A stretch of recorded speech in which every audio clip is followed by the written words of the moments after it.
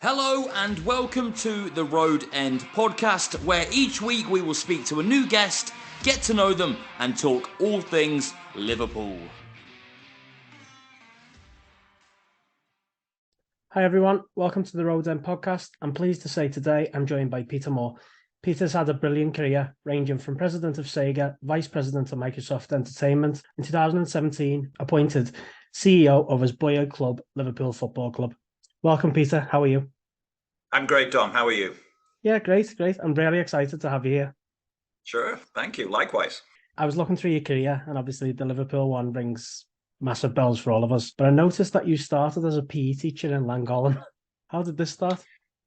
Well, it's Llangollen, Llangollen. Dominic. Yeah, I knew someone would say it. Don't wander into there and say it's Llangollen. Yeah, I was a PE teacher in the mid '70s. I went to Madeley College of Physical Education. In those days, mid to early '70s, you could go to a specialty PE college and do a degree in physical education. I went to Madeley and then graduated and started teaching in Llangollen at Ysgol Bran.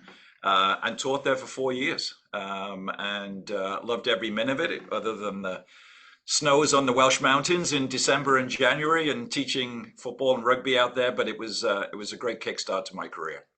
Nice. I think a lot of people wouldn't have knew that about you, so I just thought I'd get that in there first. I've noticed that you're involved in a new project, the founder of Santa Barbara Sky Football Club. How's this come about? So I'm coming to you from Santa Barbara, from Montecito, which is in the hills above Santa Barbara. And when my wife and I left Liverpool, left the Wirral and came back, we have 6 kids here in the US between us. And they're spread out all over. So it gives us the opportunity to live anywhere we want. And Debbie, my wife, had previously lived here a while back working for Sonos, the music company, which is a sponsor of Liverpool Football Club. And we were very fortunate to be able to find a house. I quickly entrenched myself into the community here. For better or worse, the folks at USL figured out that the former CEO of Liverpool Football Club was residing in Santa Barbara and requested a meeting. They've been trying to get a professional franchise up and running here for a couple of years. So I agreed to help them, even though I have a full-time job and board positions to help them get going. And we built the club from scratch. I'm the founding investor, so I'm writing all the checks right now to get everything going, but we're up and running. Websites, mobile apps, season ticket deposits, merchandise collection. Go to santabarbaraskyfc.com, and we really feel that this is a great community in which football can have a very positive impact. It's a very diverse community. It's kind of I apologize for using soccer, but it's a soccer town. And I say that because American football is almost non-existent here. It is played at the community college level, but the big University of California, Santa Barbara, has not played a down of American football since 1987. And their stadium, which we hope to play in, is a soccer-specific stadium, 17,000-seater soccer-specific stadium. Sits on the Pacific Ocean, beautiful location, great campus. And so it was ripe for bringing a team here. There hasn't been a team here for the best part of 30 plus years at any level. And in fact, you go all the way back. The last head coach of the team that played here was one Ron Yates. Ron came over and was head coach here in Santa Barbara, I guess in the early '70s, and it was phenomenal to find that out. I was not aware of that, but Big Rowdy Yates came over and was head coach here. I'm sure had a great time whilst he was here. Of course. So what's the long-term ambition for this club? We will play in the USL. Right now, our plan is to start off in League One, both men's and women's teams, fully professional. And this is a national league, so a lot of travel involved if you're tucked away on the West Coast as we are here, with the bulk of the teams being in the Midwest and on the East Coast. And when you have that kind of travel in the United States, that's 2,500 miles one way to play an away game and back. So we're working our way through it. I know very well the power of what football can bring to a community in a world right now that's pretty divisive. There's one, I think, platform that as we're about to kick off the World Cup this weekend, that brings everybody together, and that's football. And the power of which can be applied to any community on this planet. And it's my goal to be able to do that concurrently, as we did in Liverpool and the LFC Foundation, Red Neighbours. We will be kicking off the Fundación Cielo, the Sky Foundation, that will support disadvantaged families here in Santa Barbara. Again, utilizing what we always called in Liverpool the power of the badge and being able to use football for good. So yeah, full professional franchise, men and women's USL, United Soccer League, and kicking off in March of 2024. Oh, exciting times. Good luck. Good luck with everything. Yeah. Moving on to Liverpool then. What's your earliest memory of being a Red? My first game was in 1959, in November of 1959. My dad, hardcore Red, took me to Anfield. We beat Leyton Orient 4-3. Phil Taylor was the manager. A month later, one Bill Shankly arrives. Of course, we were still in the second division in those days. And then I would go to games. My dad would need to take me. We went to a lot of games. The paddock is where we typically were. My dad was not comfortable on the cop. And when I was old enough to go on my own, I would go on the cop. Actually, he would dump me in the boys' pen every now and again, and I wasn't a big fan of that. But we were typically on the paddock, and then boys' pen once in a while. And then once I reached 15, 16, and I could go on the cop on my own and put my feet on those crush barriers and brace my back, I would go then. And then my life was a combination of playing a lot. If I wasn't playing and Liverpool weren't playing, I would go watch Wrexham, because we had moved to Wrexham when I was 10 years of age. I kind of grew up in my teenage years in Wrexham. My dad had a pub, and his first pub was on Dryden Street, just on the corner of Great Homer Street and Scotty Road. Nice. And then we moved to Garston. We had a Bent's Brewery pub, the Gay Cavalier, down there on Speak Road. And then he got an opportunity from Burtonwood Breweries to move us 25 miles away to Wrexham. So we moved to Wrexham, and that's where I kind of grew up. And that's where my family still are. My brothers and sister and nieces and nephews still live on the outskirts of Wrexham. And, we kind of grew up there until I went to college. I've noticed that you had some intel with Ryan Reynolds and Rob McElhenney. Was that just the football insight of things for them when they were buying the club? Yeah, no, I a long story, but I had got some outreach from Rob McElhenney, and he came to my house and we sat down, and he had bluntly tried to lure me back to be the CEO of Wrexham, and that simply wasn't going to happen. I had too much going on here, but I said, look, it's a great town. It's a massive club that I could not believe was non-league and has been non-league for so many years.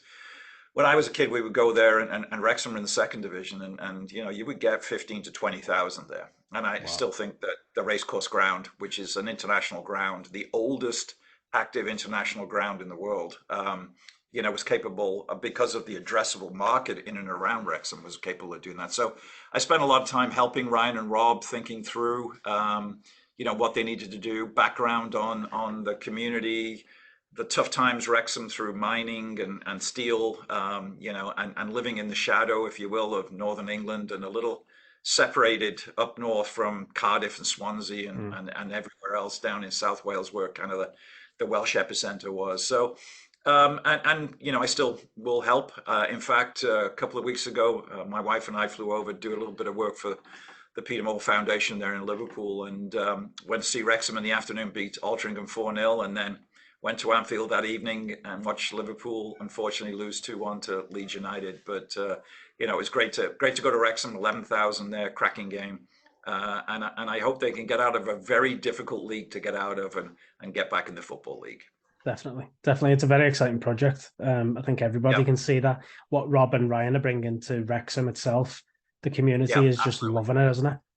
Yeah, no, I mean, Rob had watched Sunderland Till I Die, and I don't know if you've watched it. It's a great documentary series, and it really hit home to him the power of the game. He likened it to where he grew up in Philadelphia, and the agony of the sports teams there in Philly is kind of like the agony that many of us go through when our teams are perennial losers, and it dampens the spirit of an entire community. And he called Ryan. He'd never met Ryan before, but they had a kind of a social media conversation, and next thing you know, they were were buying Wrexham and everything that came with that. So I was delighted for the community.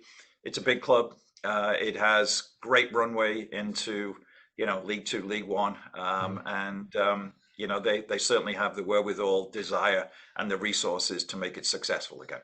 You've been involved in one of, I'd say, well, in my generation, the most successful eras in Liverpool's club history. Between 2017 and 2020, your tenure, that must make you feel very proud, not only as a Liverpool fan, but also in your position within the club as CEO. Yeah, look, I'm often presented with those facts, and I will say, look, I did not score winning goals or make fingertip saves from blistering shots from outside the box. But our job there, coming into a different Liverpool when Ian Ayre had left, Ian was very involved in the football side of things as well as the business side of things, and FSG had rightly figured out that they needed to bulk up resources around making this an incredibly modern football club, a little bit in the American ideal of individual specialists. My job was to oversee the business of football and not the football on the pitch. And so we went about trying to build the club, and it was very clear to me in the end, Dom, there was 4 things I needed to focus on, and happened to be 4 C's. That was community first, getting the fans closer to the club.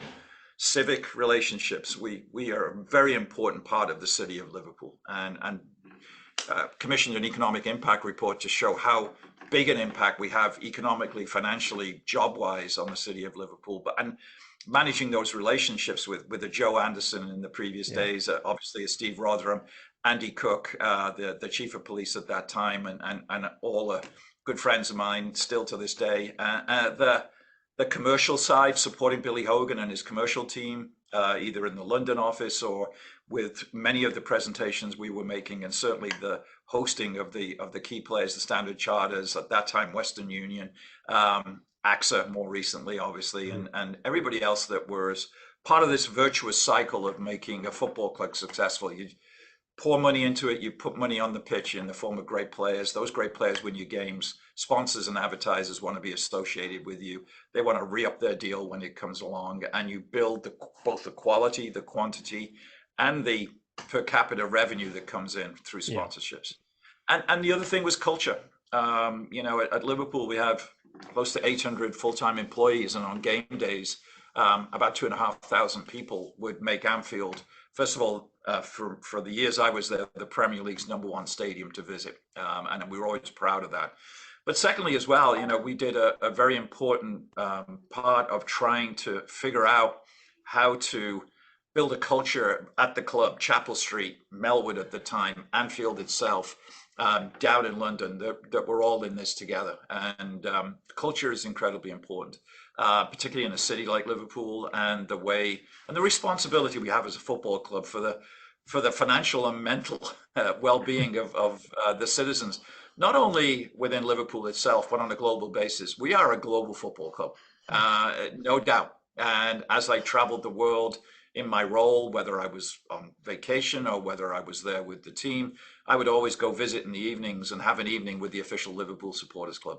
And it didn't matter if it was in Dubai or Bangkok or Madrid or New York City or Los Angeles. We would go Chicago. We would go find out where the OLSC had usually some bar somewhere, and I'd make a presentation about the club, and then have an hour of Q&A from the fans, 50, 60, 100 fans that would be invited to attend. I loved that, and getting that feedback from the fans. So again, it becomes commercial, civic, culture, and community, and that really was the focus that I had in my 3.5 years there in building that. And as I left, you're right, Dom, that we had trophies galore. We were champions of everything and everywhere. But the thing that always resonates to me was people come up to me and say, you made me feel closer to the club. And still to this day, bizarrely, even here in Santa Barbara, somebody will recognize me and will say similar things like that. And in fact, we've been just granted OLSC status here in Santa Barbara. We brought together probably 40 or 50 Liverpool fans here in Santa Barbara, and filed for OLSC status, had it approved. So we're delighted to be part of the official Liverpool Supporters Club. Brilliant. Just to touch on that, I would also like to say thanks on behalf of the fans and certainly from myself, because there was that distance between the fans and the players that had been missing for a long time. And it's safe to say you can see it week in, week out now. Everyone's behind that team, everyone's behind the manager, not just that, behind the club. Now there's stuff going on with the club right now in terms of FSG, which is it's felt quite hand in hand for this meeting, to be honest with you. What are your thoughts on the FSG looking to potentially either sell the club or sell some shares? What are your thoughts on that? You know as much as I do. Yeah, you're a lot closer, believe it or not, to Boston than I am out here on the West Coast. I think FSG has always made it very clear that if a minority ownership that made sense for them and for the club that would come in to provide more capital to support the club, they're always open to that. And any big commercial entity of the magnitude we're talking about is always receiving either typically unsolicited offers for, hey, what would it take if I wanted to make up a number, 5%, 10% of the shares? You've got to remember FSG is a multi-billion-dollar operation that's just not Liverpool Football Club. It's Boston Red Sox more recently, Pittsburgh Penguins of the NHL, New England Sports Network, massive sports network in New England that broadcasts Red Sox games. And then you've got, they've got a NASCAR team. So it's a very diverse group. It's a large group. We all focus on John Henry and Tom Werner and Mike Gordon, but there are a lot more partners in that and around. So, I think that they, I think, are always open to inbounds, either solicited or unsolicited. And this is probably no different. And that's about as much as I know, Dom. Okay. So if I was to ask you one question, we see the likes of Newcastle, we see the likes of City owned by, let's say state. That's as far as I can go with that. I don't really want to get too much involved. From a Liverpool fan perspective, what we would like to see is somebody who come in and share the same values. Now, for me, putting politics aside, I don't believe that their clubs do. Do you think FSG will take this on board when they're looking to do this? Yeah, I think they're very, very clear on what they own in Liverpool Football Club, not just the economics of Liverpool Football Club, but their responsibilities to uphold the values of the fan base, the city. I think they're very cognizant of what's going on in the world of real high-end soccer right now.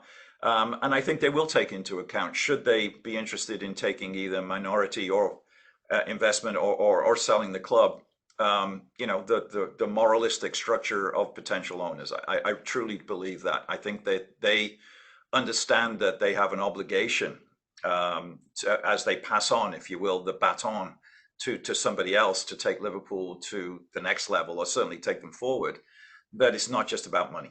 I think they've learned that over their tenure of 12 years that there are missteps that every club makes, but I think they've righted those pretty quickly.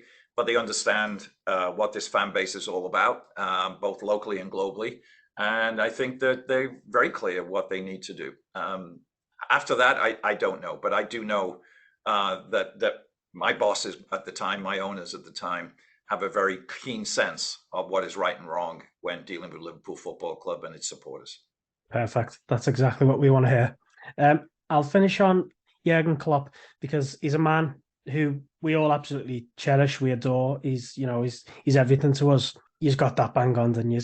Yeah, it was before me. I mean, but I happened to be there. It's interesting. I happened to be in London the day that he joined Liverpool. We played Spurs the next day. I'd been invited by Ian Ayre and Billy Hogan to come over. I was still at EA to be a moderator and a leader of a partnership meeting in London where sponsors and advertisers got together. So by sheer coincidence, I met Jurgen that first night, and I'll always remember, all he had available up front was Divock Origi, and we had, as unfortunately happened, so many injuries and players unavailable, and we went to the game the next day. It wasn't the most exciting game. I think it was a 0-0 draw the next day. But yeah, I mean, Jurgen is.